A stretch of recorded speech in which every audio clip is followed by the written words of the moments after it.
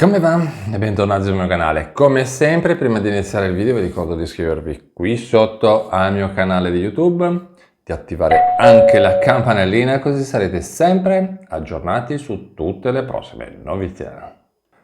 Allora, intanto prima di iniziare il video, mi raccomando, ascoltate tutto quanto fino alla fine e tenetevi forte perché ci sono due notizioni, e dico due notizioni che dovete assolutamente sapere e conoscere per quanto riguarda l'assegno di inclusione, perché ci sarebbe una svolta epocale per quanto riguarda proprio il pagamento. Ma prima di iniziare con i nostri argomentoni, vi ricordo che la chat riservata solo a voi, per i che siete iscritti dal mio canale di YouTube, si è trasferita da Telegram a WhatsApp. Quindi praticamente non siamo più su Telegram, ma siamo su WhatsApp.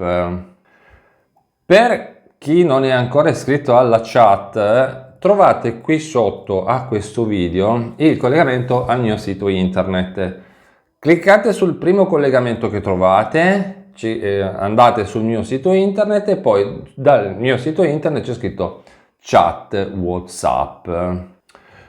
Lo dico più che altro perché tutti coloro che ancora sono all'interno della chat di Telegram, magari sono convinti che quella chat è ancora attiva, non è più attiva, quindi dovete riandare su WhatsApp e, come vi ho detto, tramite il mio sito internet, che trovate qui sotto in descrizione, il collegamento, vi potete registrare alla chat di WhatsApp. Quindi ci sono anch'io all'interno della chat, ovviamente se sono domande o che cosa, potete anche scrivere e domandare all'interno della chat.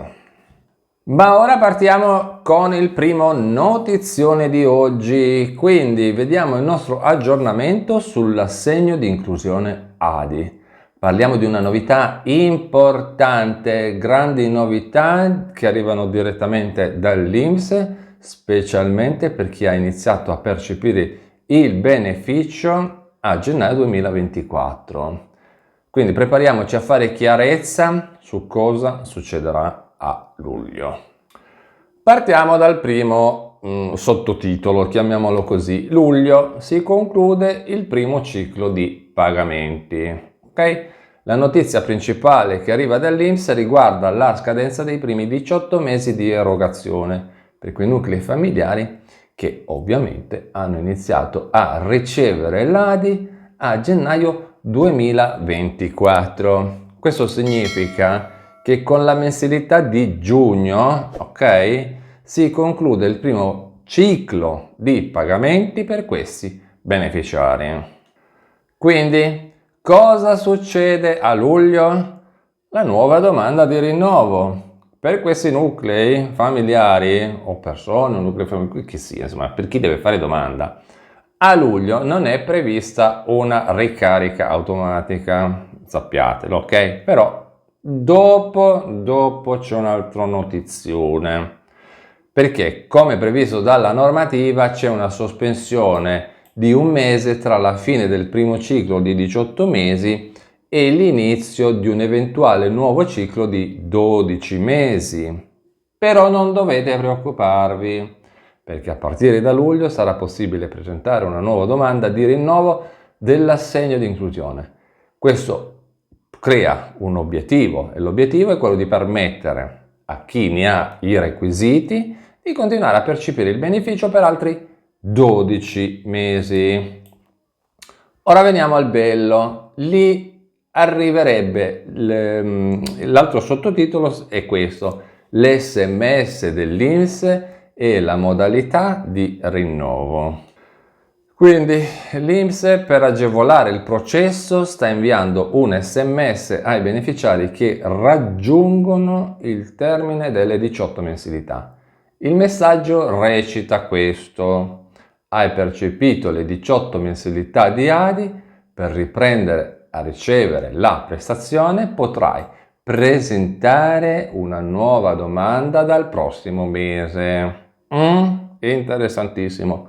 La buona notizia è che il modello di domanda è rimasto invariato e può essere presentato da qualsiasi componente maggiorenne del nucleo familiare. Poi, per semplificare ulteriormente le questioni, se il nucleo familiare è rimasto invariato nella sua composizione rispetto alla precedente domanda, non sarà necessario iscriversi nuovamente al SISL, Sistema di Inclusione Sociale e Lavorativa e bla bla bla bla, né sottoscrivere un nuovo patto di attivazione digitale PAD del nucleo. Sorge spontanea una domanda: e se invece il nucleo è cambiato? Domandone.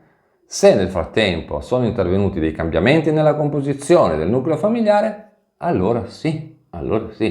Dopo la presentazione della nuova domanda sarà necessario seguire la procedura ordinaria che include l'iscrizione al SISL e la sottoscrizione del nuovo PAD del nucleo.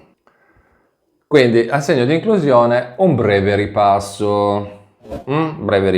Come sapete, l'assegno di inclusione è una misura di sostegno economico e sociale rivolta ai nuclei familiari con fragilità, con minori, con persone con disabilità, chi ha più di 60 anni, questo l'abbiamo già detto e stradetto, e mira proprio a favorire l'inclusione lavorativa e sociale.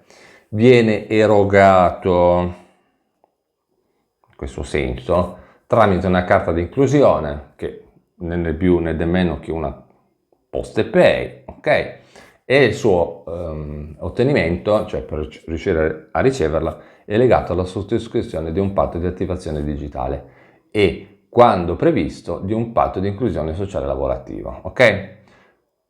Come sempre, per ulteriori dettagli, per presentare la domanda, se non siete tanto capaci di utilizzare internet, se non volete perdere tempo con pratiche, moduli, documenti e cose varie, potete sempre rivolgervi all'INPS in prima persona, oppure i CAF, patronati, consulenti fiscali, commercialisti, avvocati, insomma, chi vi segue la vostra pratica fiscale. Cambiamo argomento e parliamo del secondo notizione, perché c'è un importante aggiornamento sull'assegno di inclusione ADI. Partiamo dal Ministero del Lavoro. La Marina, cioè non Ministero, la Ministra, il Ministro, la Ministra, insomma, come volete voi, come più vi piace, Marina Calderone ha fatto un annuncio significativo che riguarda migliaia di famiglie.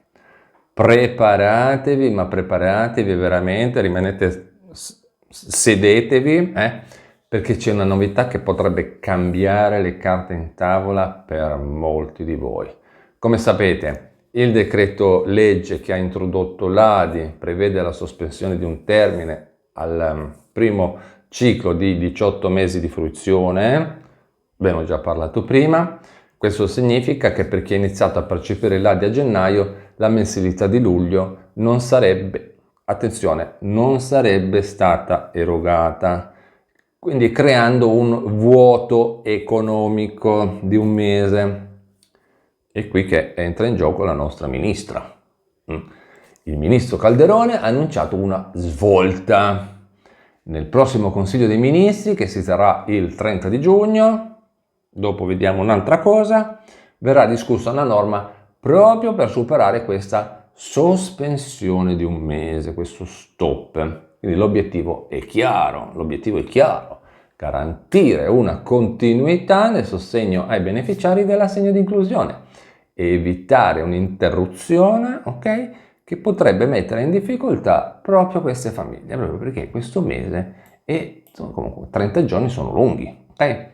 Si parla, attenzione, qui che arriva il bello, mettetevi seduti, si parla di un contributo straordinario, una sorta di bonus ponte che andrebbe a coprire proprio quel mese di sospensione, Io ve l'avevo detto di sedervi, ve l'avevo detto. Questo significa che il sistema di rinnovo starebbe cambiando, quindi anzi la procedura che presenta la nuova domanda ADI dopo 18 mesi comunque rimane la stessa.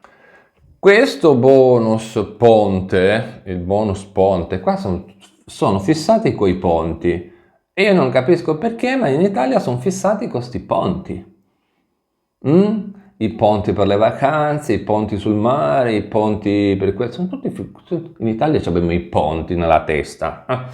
Comunque, questo bonus ponte è un impegno concreto da parte del governo, parrebbe, per supportare le famiglie più fragili e assicurare quindi che non ci siano interruzioni impreviste nel flusso di beneficio. Quindi in pratica questo annuncio del ministro Calderone ci fa veramente ben sperare in una continuità nel sostegno anche nel mese di pausa, che sarebbe proprio previsto dalla legge.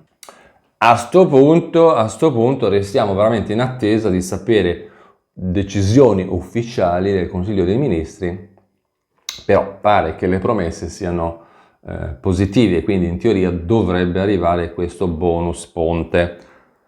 Lo scopriremo molto presto, a parte che se l'ha detto credo che lo farà, perché sennò qui torniamo sempre alle solite cose, che chi la spara più grossa ce l'ha più lungo, e anche la spara più corta ce l'ha più corto.